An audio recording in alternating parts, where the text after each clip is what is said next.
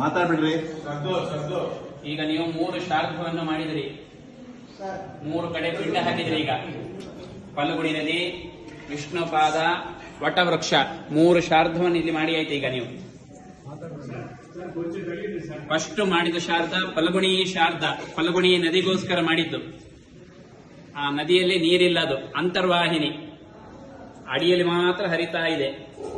ಈಗ ನೀರು ಸ್ವಲ್ಪ ಇದೆ, ಆದರೆ ಡ್ಯಾಮ್ ಕಟ್ಟಿದ ನೀರು, ಡ್ಯಾಮ್ ಮಾಡಿ ಸ್ವಲ್ಪ ನೀರು ಮಾಡಿ ಇಟ್ಟಿದ್ದಾರಷ್ಟೇ. ಆದರೆ ಗಯದಲ್ಲಿ ಒರಿಜಿನಲ್ ನೀರು, ಫಲ್ಗುಣಿ ನೀರು ಅಂತರ್ವಾಹಿನಿ, ಅಡಿಯಲ್ಲಿ ಮಾತ್ರ ಹರಿತಾ ಇರುತ್ತೆ. ಸ್ವಲ್ಪ ನೀವು ಮಣ್ಣು ತೆಗೆದ್ರೂ ನೀರು ಬರುತ್ತೆ, ಅದೇ ನೀರು ಒರಿಜಿನಲ್. ಅದಕ್ಕೋಸ್ಕರ ಗಯದಲ್ಲಿ ಸ್ನಾನ ವಿಶೇಷ ಇಲ್ಲ. ಎಲ್ಲ ಕಡೆ ನೀವು ನದಿಯಲ್ಲಿ ಸ್ನಾನ ಮಾಡೋದೇ ವಿಶೇಷ, ಗಯದಲ್ಲಿ ಸ್ನಾನ ವಿಶೇಷ ಇಲ್ಲ. ಗಯದಲ್ಲಿ ಪ್ರೋಕ್ಷಣೆ ಮಾಡೋದು ವಿಶೇಷ. ಅದಕ್ಕೋಸ್ಕರ ಫಸ್ಟಿಗೆ ನೀವು ನಾನು ಸಂಕಲ್ಪ ಮಾಡಿಸಿ ನಿಮಗೆ ಮಹಾಸಂಕಲ್ಪ ಮಾಡಿ ಪ್ರೋಕ್ಷಣೆ ಮಾಡಿಕೊಳ್ಳೋದು ಅಂತ ಹೇಳಿದೆ. ಅದೇ ಪ್ರೋಕ್ಷಣೆ ಮಾಡೋದೇ ಇಲ್ಲಿ ಗಯದಲ್ಲಿ ವಿಶೇಷ, ಸ್ನಾನ ವಿಶೇಷ ಇಲ್ಲ ಇಲ್ಲಿ ಗಯದಲ್ಲಿ.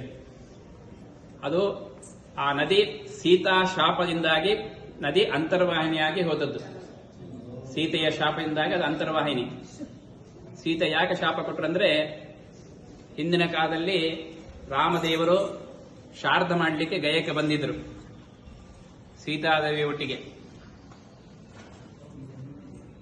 ಹಾಗಲ್ಲಾದ್ರೆ ಈಗಾದ್ರೆ ನಾವು ದುಡ್ಡು ಕೊಟ್ಟರೆ ಅಂಗಡಿಯಲ್ಲಿ ಬೇಗನೆ ಸಾಮಾನು ಕೊಟ್ಟು ಸಿಗುತ್ತೆ, ಸಾಮಾನು ತಗೊಂಡು ಕೂತ್ಕೊಂಡು ಶಾರ್ದ ಮಾಡಬಹುದಿತ್ತು. ಆಗಿನ ಕಾಲದಲ್ಲಿ ಹಾಗಲ್ಲ, ಕಾಡಿಗೆ ಹೋಗ್ಬಿಟ್ಟು ಕಾಡಲ್ಲಿ ಸಾಮಾನೆಲ್ಲ ತಯಾರು ಮಾಡಿಕೊಂಡು ಬಂದು ಮತ್ತೆ ಶಾರ್ದ ಮಾಡಬೇಕಿತ್ತು. ರಾಮದೇವರು ಸೀತಾದೇವಿ ಹತ್ರ ಹೋಗಿ ಹೇಳಿದ್ರು, ನೀನು ಫಲ್ಗುಣಿ ನದಿ ಹತ್ರ ಕೂತ್ಕೊಂಡು ಪೂಜೆ ಮಾಡ್ತಾ ಇರು, ನಾನು ಕಾಡಿಗೆ ಹೋಗಿ ಸಾಮಾನೆಲ್ಲ ತಯಾರು ಮಾಡ್ಕೊಂಡು ಬರ್ತೇನೆ, ನಮ್ಮ ದೇವರಿಗೆ ಶಾರ್ದ ಹಾಕಬೇಕು ಅಂತ ಹೇಳಿ. ಸೀತಾದೇವಿ ನದಿ ಹತ್ರ ಕೂತ್ಕೊಂಡು ಪೂಜೆ ಮಾಡ್ತಾ ಇದ್ರು, ರಾಮದೇವರು ಕಾಡಿಗೆ ಹೋಗಿ ಸಾಮಾನು ತಯಾರು ಮಾಡಲಿಕ್ಕೆ ಹೊರಟರು.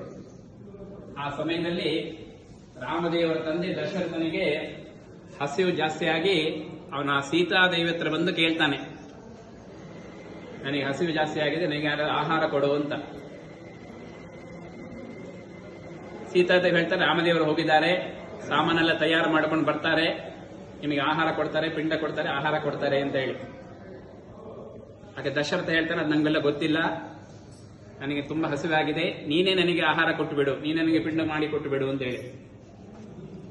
ಆಗ ಆ ಸಮಯದಲ್ಲಿ ಸೀತಾದೇವಿ ಆ ನದಿ ಹತ್ರ ಮರಳಿನ ಉಂಡೆಯಲ್ಲಿ ಮಣ್ಣು ಉಂಡೆ ಮಾಡಿ ಮಾಡಿ ಆಟ ಆಡ್ತಾ ಇದ್ಲು. ಆ ಮರಳಿನ ಉಂಡೆಯನ್ನೇ ಹಾಲು ಸೇರಿಸ್ಬಿಟ್ಟು ದಶರಥನಿಗೆ ಪಿಂಡ ಮಾಡಿ ಕೊಟ್ಟುಬಿಟ್ಲು. ಆ ಮರಳಿನ ಪಿಂಡದಿಂದಲೇ ದಶರಥನಿಗೆ ಮೋಕ್ಷ ಆಯಿತು. ಇಲ್ಲಿ ನಾವು ಗಯದಲ್ಲಿ ಹೇಗೆಂದ್ರೆ ಅನ್ನದಲ್ಲೇ ಮಾಡಬೇಕು, ಹಿಟ್ಟಲ್ಲೇ ಮಾಡಬೇಕು ಅಂತ ಕೊಡಲಿಲ್ಲ. ಪಿತೃಗಳಿಗೆ ಯಾವುದಾದ್ರೂ ಒಂದಲ್ಲೇ ಪಿಂಡಲ್ಲೇ ಕೊಟ್ಟರೆ ಸಾಕು, ಪಿತೃಗಳು ಅದನ್ನೇ ತಗೊಳ್ತಾರೆ. ವಾಪಸ್ ರಾಮದೇವರು ಬಂದು ಶ್ರಾದ್ದ ಮಾಡುವಾಗ ದಶರಥ ತಗೊಳ್ಳೋದಿಲ್ಲ. ರಾಮದೇವರು ದಶರಥ ತಗೊಳ್ಳೋದಿಲ್ಲ. ರಾಮದೇವರು ಸೀತಾದೇವಿ ಪಿಂಡ ಕೊಟ್ಟಾಯ್ತಲ್ಲ ಮೊದಲೇ, ದಶರಥನಿಗೆ ಮೋಕ್ಷ ಆಯಿತು.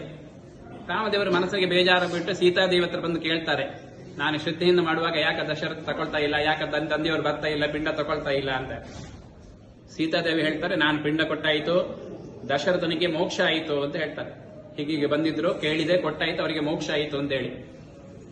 ರಾಮದೇವರು ಕೇಳ್ತಾರೆ, ನೀನು ಹೇಗೆ ಕೊಟ್ಟಿ, ಎಲ್ಲಿಂದ ಸಾಮಾನು ಬಂತು, ಯಾರು ಕೊಟ್ಟಿದ್ದಾರೆ, ಯಾರು ನೋಡಿದ್ದಾರೆ ಅಂತ ಹೇಳಿ. ನಾವು ಏನ್ ಕೆಲಸ ಮಾಡಬೇಕಾದ್ರೂ ಅದಕ್ಕೊಂದು ಸಾಕ್ಷಿ ಬೇಕು. ಹಾಗನೇ ಸಾಕ್ಷಿ ಇದ್ರೇನೆ ಅದಕ್ಕೆ ಸಾಕ್ಷಿ ಸಂಪೂರ್ಣ ಆಯಿತು ಅಂತ, ಶಾರ್ದ ಸಂಪೂರ್ಣ ಆಯಿತು ಅಂತ ಹೇಳಿ.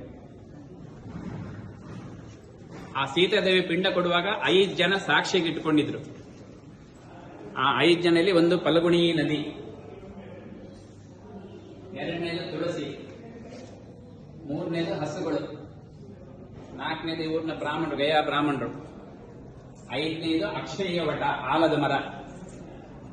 ಈ ಸಾಕ್ಷಿ ಹೇಳಿದವರ ಮನಸ್ಸಿನಲ್ಲಿ ಒಂದು ಭಯ, ನಾನು ರಾಮದೇವರಿಗೆ ಸತ್ಯ ಹೇಳಿದರೆ ರಾಮದೇವರಿಗೂ ಸೀತಾದೇವರಿಗೂ ಜಗಳ ಬರ್ತದೆ, ಲೋಕವೇ ಕೆಟ್ಟು ಹೋಗುತ್ತೆ ಅಂತ ಹೇಳಿ ಆ ಸೀತಾದೇವಿ ರಾಮದೇವರು ಫಲ್ಗುಣಿ ನದಿ ಹತ್ರ ಕೇಳಿದ್ರು, ನೀನು ಸೀತಾದೇವಿ ಪಿಂಡ ಕೊಡುವಾಗ ನೋಡಿದ್ಯಾ ಅಂತ. ಆಗ ನದಿ ಹೇಳುತ್ತೆ, ನಾನು ನೋಡಿಲ್ಲ, ನಂಗೆ ಗೊತ್ತಿಲ್ಲ ಅಂತ ಸುಳ್ಳು ಹೇಳಿಬಿಡುತ್ತೆ. ಆ ಸುಳ್ಳು ಹೇಳಿದಕ್ಕೋಸ್ಕರ ಸೀತಾದೇವಿ ನದಿಗೆ ಶಾಪ ಕೊಟ್ಬಿಡ್ತಾರೆ, ನೀನು ಯಾವಾಗಲೂ ಅಂತರ್ವಾಹಿನಿಯಾಗಿ ಹೋಗು, ಅಡಿಯಲ್ಲಿ ಹರಿತಾ ಇರಿ, ಮೇಲೆ ಕಾಣೋದಿಲ್ಲ. ಎರಡನೇ ತುಳಸಿ, ತುಳಸಿಗೂ ನಮಗೆ ಗೊತ್ತಿಲ್ಲ ಅಂತ ಸುಳ್ಳು ಹೇಳಿಬಿಡುತ್ತೆ.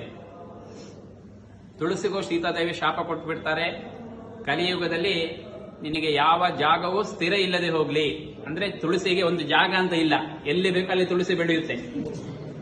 ಒಳ್ಳೆ ಜಾಗದಲ್ಲೂ ತುಳಸಿ ಬೆಳೆಯುತ್ತೆ, ಕೆಟ್ಟ ಜಾಗದಲ್ಲೂ ತುಳಸಿ ಬೆಳೆಯುತ್ತೆ. ನಾವು ಕೈ ತೊಳಿತೀವಿ, ಅಲ್ಲಿ ಬೇಕಾದ್ರೆ ನೀವು ತುಳಸಿ ನೆಟ್ಟರು ಅಲ್ಲಿ ಬೆಳೆಯುತ್ತೆ. ತುಳಸಿಗೆ ಜಾಗ ಅಂತ ಇಲ್ಲ. ಹಿಂದಿನ ಕಾಲದಲ್ಲಿ ತುಳಸಿಗೊಂದು ಜಾಗ ಇತ್ತು, ಅಲ್ಲಿ ಮಾತ್ರ ತುಳಸಿ ಬೆಳೀತಿತ್ತು.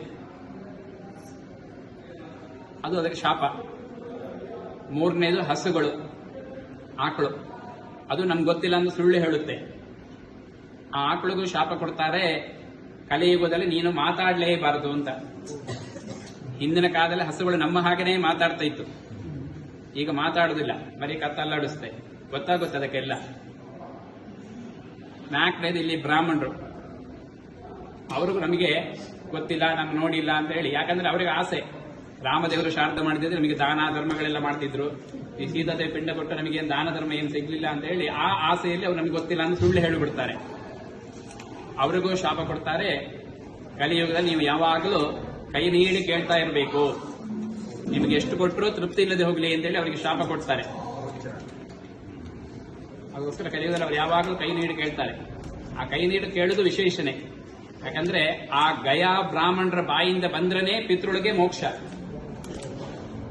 ನೀವು ಬಂದು ನಾವು ಮಾಡಿಸ್ಬೋದು, ಪವಿತ್ರ ಕೊಡ್ಬೋದು, ಎಲ್ಲ ಮಾಡಿಸ್ಬೋದು, ಆದ್ರೆ